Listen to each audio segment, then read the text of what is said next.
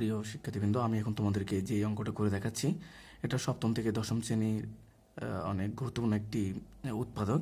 তো এটা করার জন্য আমাদেরকে প্রথমে, আমি প্রশ্নটা আগে লিখে রাখছি, এটা করার জন্য আমাদেরকে প্রথমে প্রথম পদ এটাকে আমরা বড় করে নিব এবং শেষ পদকে আমরা বড় করে নিব। এটাকে আমরা করার চেষ্টা করব এ প্লাস বি হোল স্কোয়ারের সূত্র। এটার সূত্র হচ্ছে a square plus 2ab plus B square. আমরা এ স্কোয়ার পেয়ে গেলাম, বি স্কোয়ার পেয়ে গেলাম, মাঝে প্লাস 2ab নিয়ে আসতে হবে আমাদেরকে। আমরা সূত্র থেকে 2 দিলাম, প্রথম পদ আমাদের এক্স স্কোয়ার, দ্বিতীয় পদ হচ্ছে ওয়াই স্কোয়ার।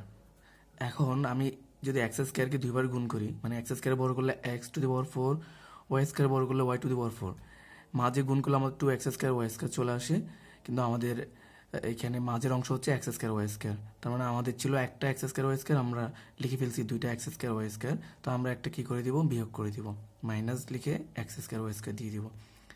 এই পর্যন্ত এক্স স্কোয়ার হোল স্কোয়ার, মানে এটাকে এ হোল স্কোয়ার যদি ধরি আমরা, এ square plus 2ab plus B square, এটা সূত্র হচ্ছে এ প্লাস বি হোল স্কোয়ার সূত্র, মাইনাস এর এক্স স্কোয়ার ওয়াই স্কোয়ার আমরা বর্গ করতে পারি এক্স ওয়াই হোল স্কোয়ার। এখন এই পুরোটাকে আমরা ধরতে পারি এ স্কোয়ার, এই পুরোটাকে ধরতে পারি আমরা b square. A square minus b স্কোয়ারের সূত্র হচ্ছে এ plus b into a minus b. সেক্ষেত্রে আমরা এ হচ্ছে আমাদের x square Y square, b হচ্ছে এক্স ওয়াই। এবার লিখবো আমরা এ মাইনাস বি। এ হচ্ছে x square Y square, b হচ্ছে এক্স মাইনাস ওয়াই।